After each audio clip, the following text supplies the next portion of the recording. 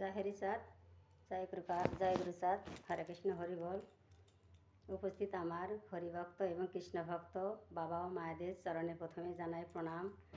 তারপর আমার দাদা দিদি এবং ছোট ভাই ও বোনেদের প্রতি আমার আন্তরিক ভালোবাসা ও শুভেচ্ছা রইল। তো আজ আমি বাবা হরিচাঁদ ঠাকুর কিভাবে সংসার ধর্ম পালনের মাধ্যমে পতি জাতিকে উদ্ধার করেছিলেন এবং সনাতন ধর্ম প্রচার করেছিলেন সেই সম্পর্কে আমি আলোচনা করব। তা সনাতন কথার অর্থ যা সত্য বা চিরসত্য।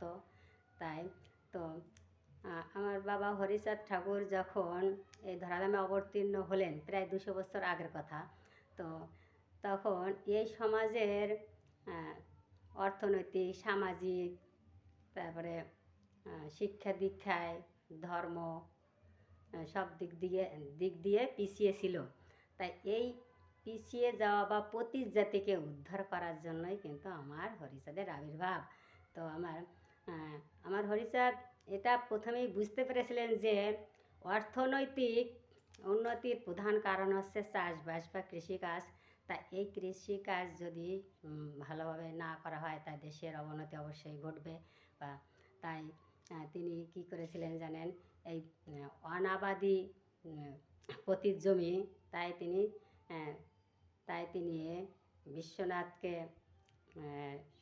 ডেকে নিয়ে সঙ্গে এই পতির জমি চাষ করে তিনি ফসল উৎপাদন করেছিলেন। এই জমিটা অনেক দিন ধরে ফেলে রাখা হয়েছিল পতির জমি, তাই তিনি এই জমি চাষ করেছিলেন, নিজে হাতে নাঙ্গল ধরে এই জমি চাষ করেছিলেন বিশ্বনাথকে সঙ্গে নিয়ে।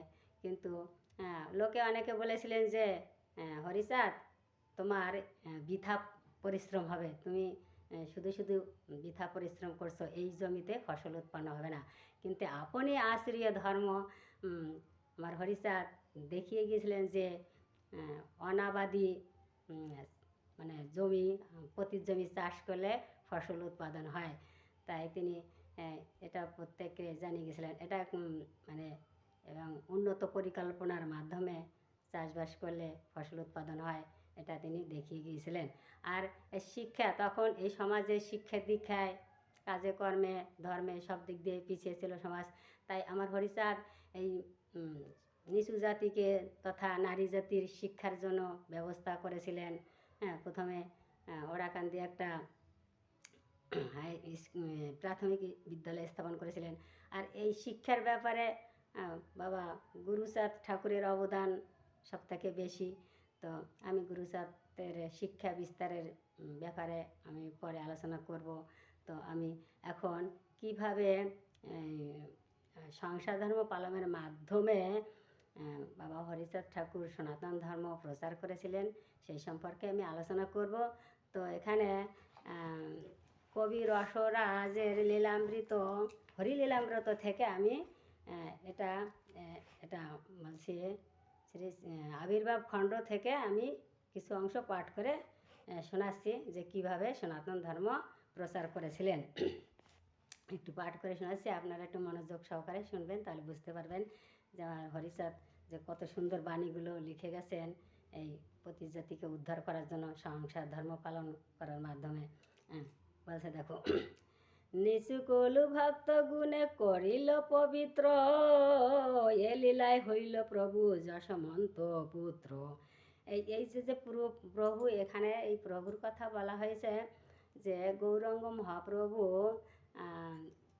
যে কলিতে নবদ্বীপে সচিমাতার গর্ভে জন্মগ্রহণ করেছিলেন এবং তিনি নিত্যানন্দকে সঙ্গে নিয়ে হরিনাম বিতরণ করেছিলেন। কিন্তু ইনি অকামনা প্রেম ভক্তি বিতরণ করতে চেয়েছিলেন, কিন্তু তিনি সম্পূর্ণ মনের ভাব মনের আশা পূরণ করতে পারেনি। তাই তিনি বলেছিলেন যে আমি এই নিচুকুলে জন্ম নিয়ে আমি এই নিচু জাতিকে উদ্ধার করব। তাই তিনি শশীমাতাকে বলেছিলেন যে আমি আরও 2 বার তোমার গর্ভে জন্ম নেব, শেষ লীলা করব আমি ঐশান্যকোণে। তাই তিনি এই যশোমন্তের ঘরে ওরাকান্দি যশোমন্ত বৈরাগীর ঘরে মাতা অন্নপূর্ণার গর্ভে তিনি জন্মগ্রহণ করেছিলেন এই গৌরাঙ্গ মহাপ্রভু। তাই গৌরাঙ্গ মহাপ্রভুই হরিচাঁদ রূপে জন্মগ্রহণ করেছিলেন। এখন দেখেন পরে আমি আলোচনা করছি, পাঠ করে শোনাচ্ছি। অনেক কারণে হলো এই অবতার, জীবের উপায় শূন্য গতি নাহি আর, সুযুক্তি বিধানে প্রভু অবতীর্ণ হইল। হরিচাঁদ নামে যত ভক্তে শিক্ষা দিল, ভক্তি অঙ্গ জানাইতে নাম হরিদাস, আপনা আপনি লীলা করেন প্রকাশ, করিবে গারস্থ ধর্ম লয়ে নিজ নারী, গৃহে থেকে ন্যাসী বানপ্রস্থি ব্রহ্মচারী। হরিচাঁদের আগে ছোটবেলার নাম ছিল হরিদাস, সেই কথা এখানে বলা হয়েছে যে করিবে গারস্থ ধর্ম লয়ে নিজ নারী, গৃহে থেকে ন্যাসী বানপ্রস্থি ব্রহ্মচারী, গৃহকর্ম রক্ষা করে বাক্য সত্য কয়, বানপ্রস্থি পরমহংস তার তুল্য নয়, ঋতু রক্ষা করিবে কে জীবত্তা ভয়, কেহ বা পুণ্য সন্ন্যাসী নিষ্কামাশ্রয়। ঋতু রক্ষা করার কথা বলেছেন, যে এখানে এই যে পিতৃসত্তা, পিতৃশক্তি রক্ষা করার কথা বলেছেন। এই পিতৃধন রক্ষা করলে মানুষের আয়ু বৃদ্ধি হয়, এটা রক্ষা করার কথা বলেছেন। আর কেহ বা পুণ্য সন্ন্যাসী নিষ্কাম আশ্রয়, মানে নিষ্কাম কর্ম করবে কিন্তু ফলের আশা করবে না, কামনা বাসনা নিয়ে, সে কথা বলেছেন।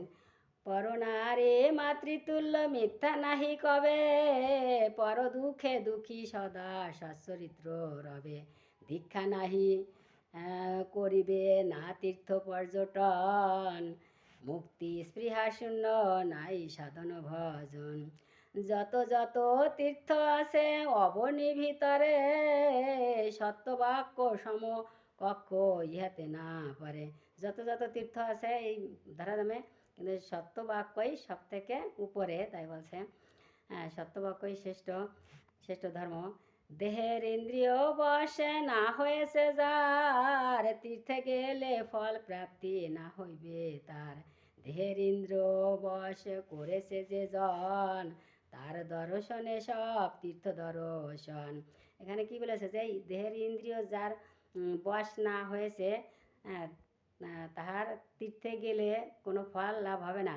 আর যেজন দেহের ইন্দ্রিয় বশ করেছে, তার দর্শনে তীর্থ দর্শন হবে।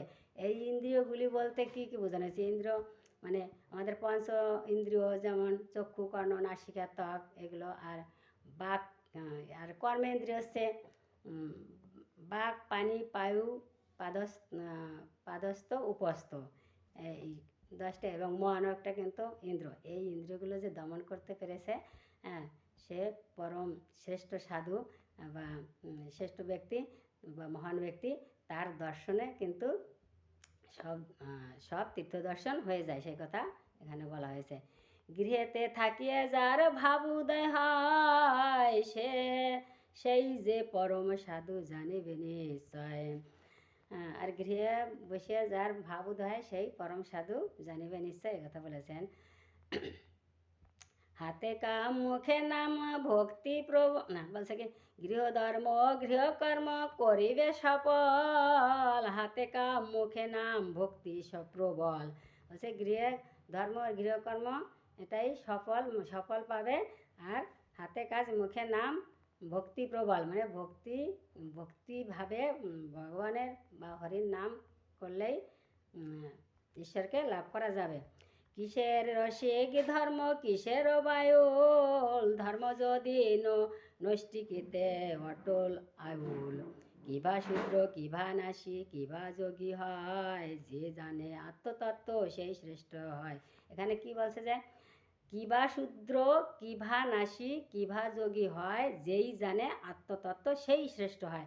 তার মানে কি, যদি যেমন শূদ্র কিংবা সন্ন্যাসী কিংবা মেথর, মুসলমান, যে জাতি হোক না কেন, সে যদি আত্মতত্ত্ব জ্ঞান লাভ করতে পারে বা ঈশ্বর সম্বন্ধে জ্ঞান লাভ হয়, ঈশ্বরকে জানতে পারে বা আত্মতত্ত্ব বা আত্মাকে চিনতে পারে, সেই শ্রেষ্ঠ হয়। এখানে সে কথা বলা হয়েছে, সেই শ্রেষ্ঠ ব্যক্তি বা পুরুষ। জীবে দয়া নামে রুচি, মানুষেতে নিষ্ঠা, ইহা ছাড়ার যত সব ক্রিয়া ভ্রষ্টা। ধর্ম সর্বধর্ম লঙ্ঘিয়ে বে করিলেন স্থূল, শুদ্ধ মানুষেতে আরতি এই হয় মূল। কি বলছে? জীবে দয়া নামে রুচি, মানুষতে নিষ্ঠা, মানে জীবকে দয়া করতে হবে, আর নামে রুচি, আর মানুষেতে নিষ্ঠা, মানে মানুষকে ভালোবাসতে হবে, আর নামে রুচি, ভক্তি সহকারে ভগবানের নাম করবে, এটাই শ্রেষ্ঠ। ইহা ছাড়া আর যত সব ক্রিয়া ভ্রষ্টা, মানে ইহা ছাড়া আর সব ক্রিয়া এটার কোনো মূল্য কম আর কি, তাই বলেছে। সর্বধর্ম লঙ্ঘিয়ে বে করিলেন স্থূল, শুদ্ধ মানুষেতে আরতি এই হয় মূল। বলছে যে সর্বধর্ম লঙ্ঘি, সব ধর্ম লঙ্ঘি, যে সব থেকে কি মানুষ সেবাই শ্রেষ্ঠ ধর্ম, এ কথাই আমার হরিচাঁদ এখানে বলেছেন, যে এটাই প্রধান মূল, মানুষ সেবাই প্রধান মূল, মানে প্রধান সেবামূলক কাজ, আর মানুষকে সেবা যত্ন করলে ঈশ্বরকে সেবা যত্ন করা হয়, এ কথাই বোঝানো হয়েছে। এই সূক্ষ্ম সনাতন ধর্ম জানাইতে, জনম লোভিলা যশমন্তের গৃহেতে, মুখে বলো হরি হরি হাতে করো কাজ, হরি বলো দিন গেল বলে রসরাজ। কি বলছে? মুখে নাম করতে বলেছে, আর হাতে কাজ করতে বলেছে। হাতে কাজ করলে আমরা কি করব? আমরা অর্থ উপার্জন করতে পারবো, আর মুখে নাম করলে আমরা ভগবানের কৃপা লাভ করব, বা হরির কৃপা লাভ করতে পারবো। হরে কৃষ্ণ, হরি বল। এখানে রাখছি। যদি ভিডিওটা ভালো লাগে তাহলে লাইক শেয়ার কমেন্ট করে পাশে থাকবেন। আর আমি এরপর হরির লীলার কোনো শেষ নেই, তাই আমি আরও হরিলীলা সম্বন্ধে আরও কিছু আলোচনা করব। আর আমার গুরুচাঁদ ঠাকুর সম্পর্কেও, গুরুচাঁদের অবদানের শেষ নেই, গুরুচাঁদ সম্পর্কে আমি কিছু আলোচনা করব। তো ভিডিওটা যদি ভালো লাগে তাহলে লাইক শেয়ার কমেন্ট করে পাশে থাকবেন, আর পরবর্তী ভিডিওতে আরও জানাবো। হরে কৃষ্ণ, হরি বল।